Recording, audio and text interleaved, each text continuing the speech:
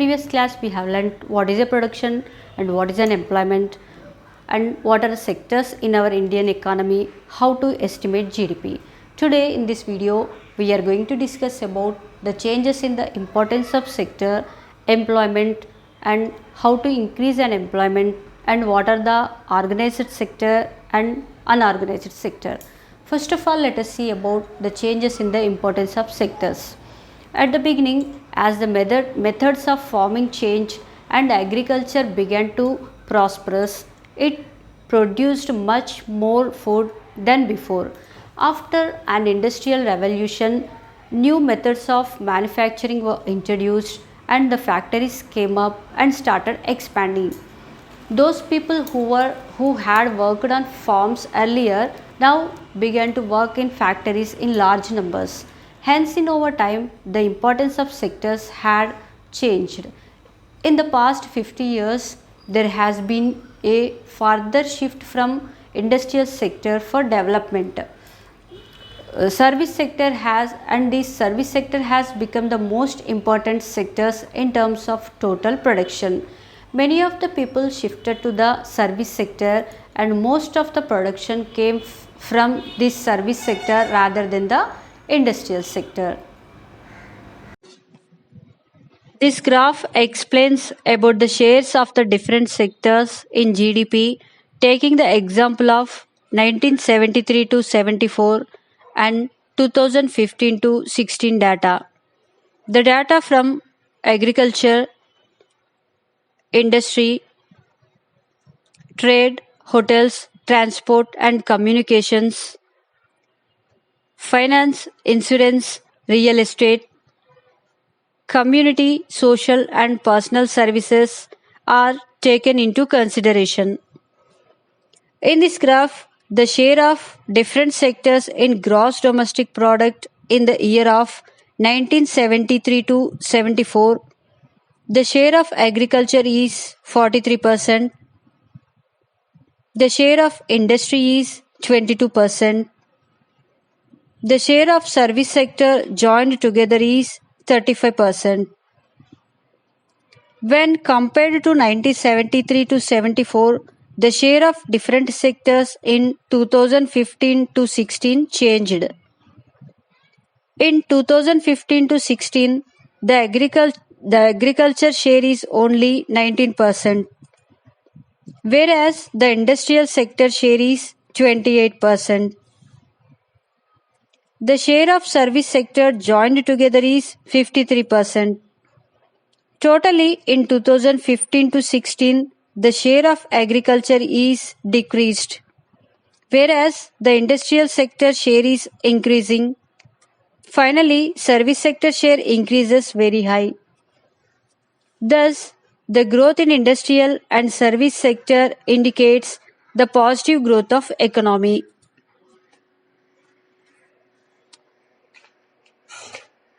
Now let us discuss about the employment, the working life in India and how its influence in GDP.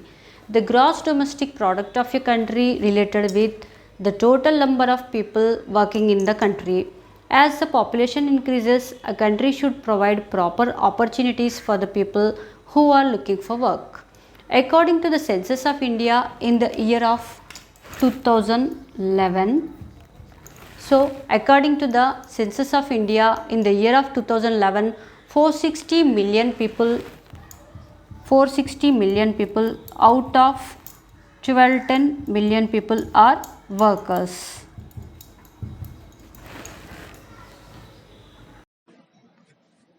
Now let's have a look on the pie charts shown here.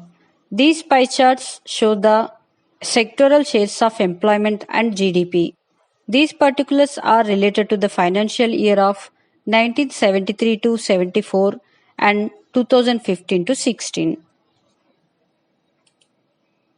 When we observe the sectoral shares of employment in the year of 1973 to 74 and 2015 to 16, the agriculture sector is decreasing from 74% to 47%. Whereas industrial sector increased 11% to 22%, and service sector increased 15% to 31%. The people working in agricultural are shifting to secondary and tertiary sector. Now, let's see the shares of three sectors in GDP in the year of 1973 to 74 and 2015 to 16. The agriculture sector is decreasing 43% to 19%, whereas it is more from service sector which is 53%.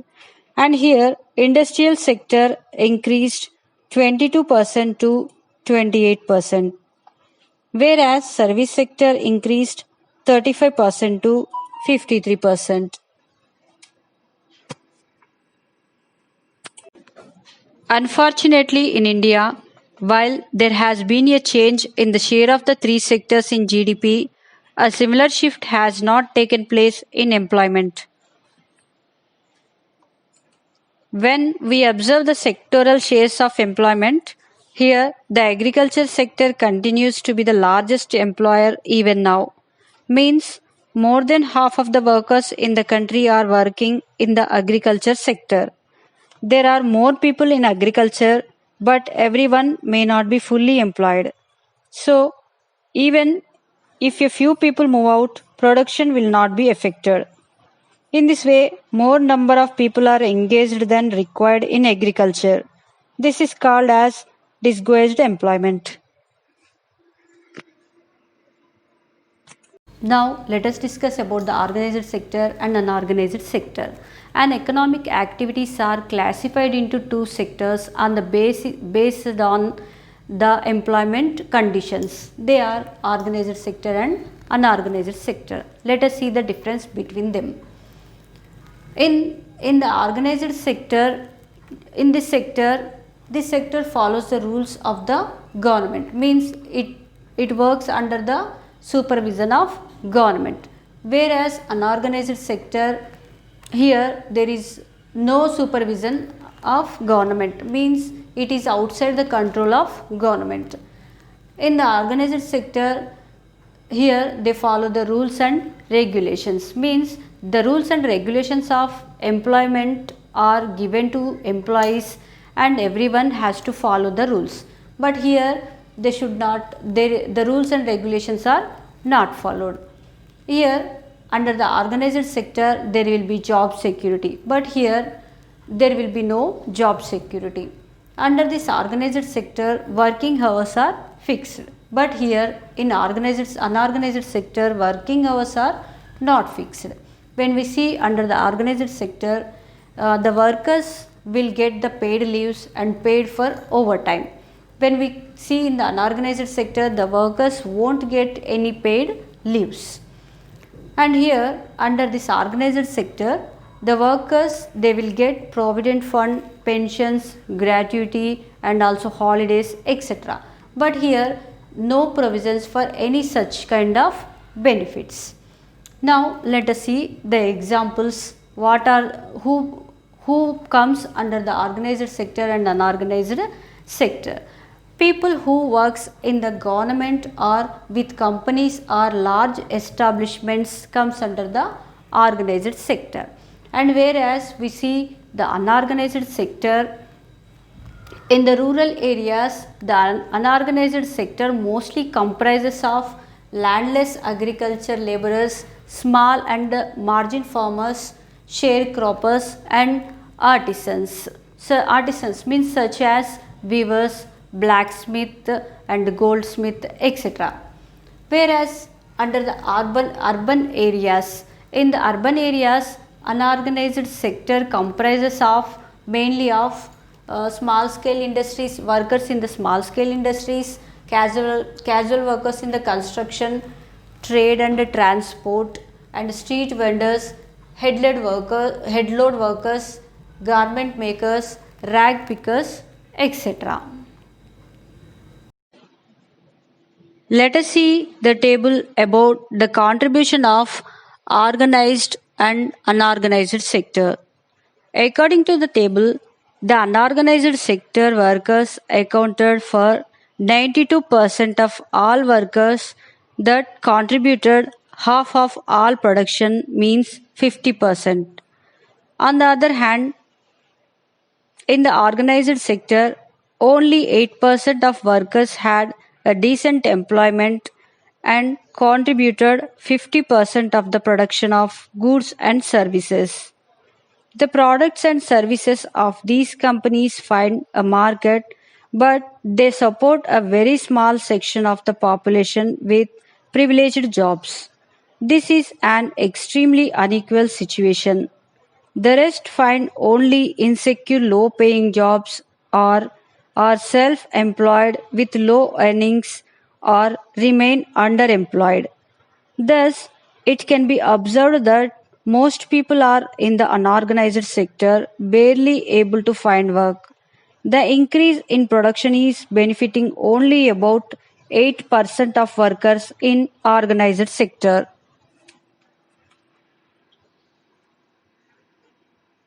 Now let us see how to increase employment.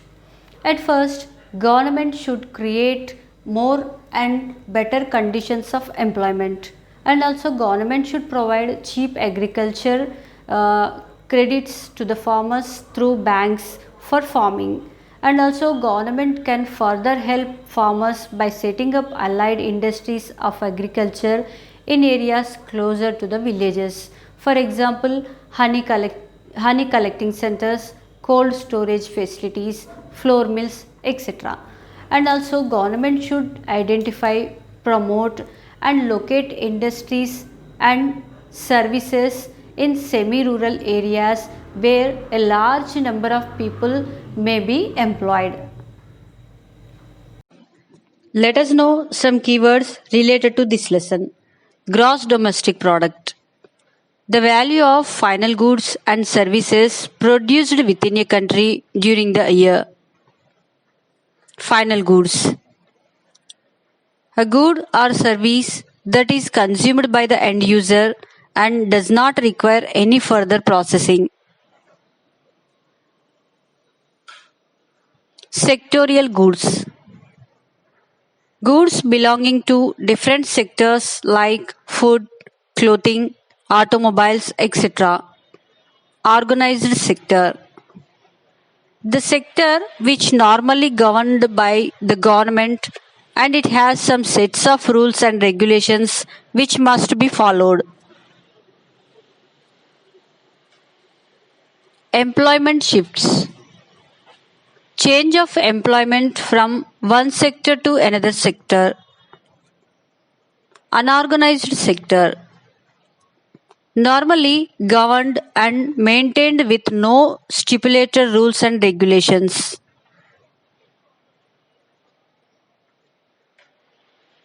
Intermediary goods. An intermediary goods is a product utilized to produce a final good or finished product. Financial year. A period of 12 months, that is 1st April to 31st March. Primary sector. Agriculture and related activities such as farming, fishing, forestry, mining, where nature has a dominant role of production process. Secondary sector. Manufacturing process and other industries where goods are produced by people using tools or machines.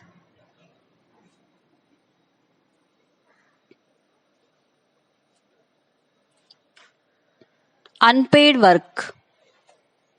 Unpaid work is labor employment done without giving any wage to the worker.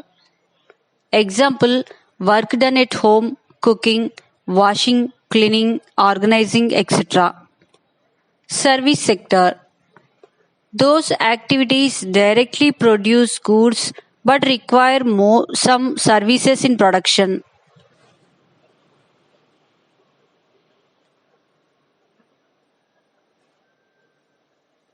Employment. Individuals are gainfully engaged in productive work. Unemployment. Individuals are not gainfully engaged in any productive work.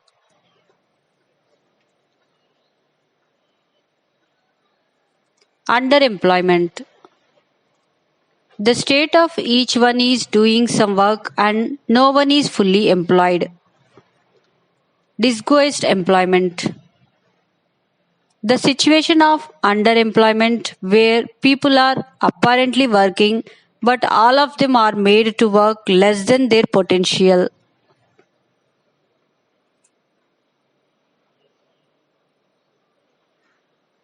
Thank you for watching my videos. If you like my videos, please subscribe our channel.